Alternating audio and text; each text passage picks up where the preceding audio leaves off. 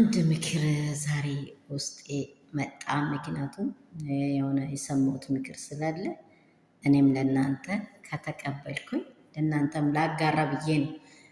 ይሄ በትክክለኛ ሄርሜላን ይመለከታል። በእርግጥ ከኦዲየንሶቿም ከማንም ማየት አይቀርምና የሰው ባል የሰው ባል መቀማት ቅድስና አይደለም። ለምን 7 ዓመታት አይፈታም? ለምን አትፈታም? ያችን እስቲ ምን አለ በመሀላቸው ላይ ያሰራ ነገር አለ። ልጅ እያላችሁ ትዳርን እንዲህ አትበሉ እያለች ነው አይደለም። በልጅ ማስተሳሰር አይደለም። ለዚህ ሰውዬው ከዛች ሴት ጋር ፍቅር አለ ወይ? አንደኛ ደግሞ እሷን ጥሎ መጥቶ እኔን ምን ያህል ያከብረኛል? ምን ያህል ወደ ክብር ያመጠኛል? ይህንስ እግዚአብሔር ይወዳል ወይ? ይህንንስ እግዚአብሔር ይወዳል ወይ? እግዚአብሔር የማይወደው መንገድ ላይ ለምንድን ነው የሚሄደው? እግዚአብሔር ማይከበርበት ቅዳሴ ማይቀደስበት በየትኛውም ሃይማኖት ቅድስና የሌለበት ለምን ይሄዳል? በሰው ባል ላይ ለምንድን ነው ደባል የሚሆነው? ለጊዜው ምናልባት እኔ ተሳስቼ ሊሆን ይችላል የወደደኝ መስሎኝ፣ ይሄ ደግሞ የሚዘልቅ ነገር መስሎኝ ነበር። እኔም ሴት ልኝ ነገ ሴት ልጅን እወዳለሁ። እኔ ሴት ነኝ። ወንድ ልጅን ቢያገባ ሴት ልጅን ብታገባ ወንድ ልጅን ቢሆን የሰውን ትዳር መሞኛት የለበትም። ሴት ልጅ ብትሆንም የሰውን ትዳር መሞኝ አንዴውኑ ከሰጠ የኔ ባል የኔ ነው፣ በቃ ያንቺ ሊሆን ፈጽሞ አይችልም። የኔ ባል የኔ ነው። አንዴውኑ እኔን ካየኝ አንቺ እኔ ደግሞ እሱን ካየኝ የኔ ነው። ሁሌም የኔ እየሆነ ነው እንጂ የሚኖረው እኔ ሌላ ሰው አይቼ። አሁን ለምሳሌ ሩታ ውስጥ የምንመለከተው ብዙ ሰዎች አሉ እሷ የሚፈልጉት።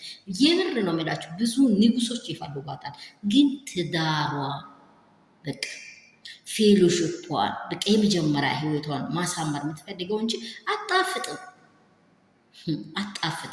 በሌለኛ በክፉኛ ከፈለገን አንቺ ፖፖን ሽውን እኮ ነው የተቀበልኩት ልሻል። በዛን ሰዓት ምንድን ነው መልስሽ? ምንድን ነው መልስሽ? ከዚች ወደዛ ቤት ስትሄጂ ምንድን ነው መልስሽ? ክብር የሌለ ነገር፣ ውርደትን መከናነብ።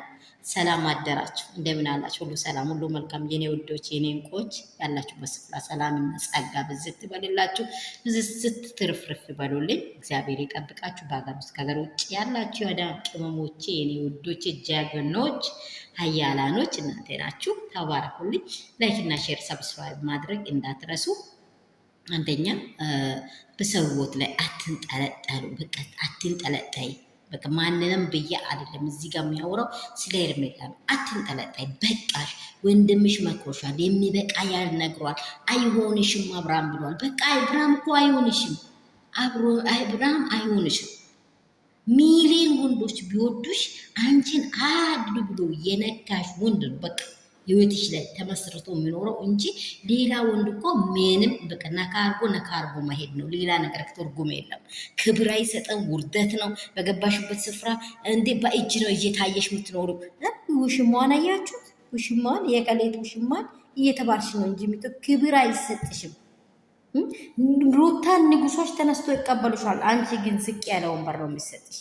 ውሽማ ነሻ፣ ደባል ነሻ። ሰርቀሽ ነው አይገባሽም።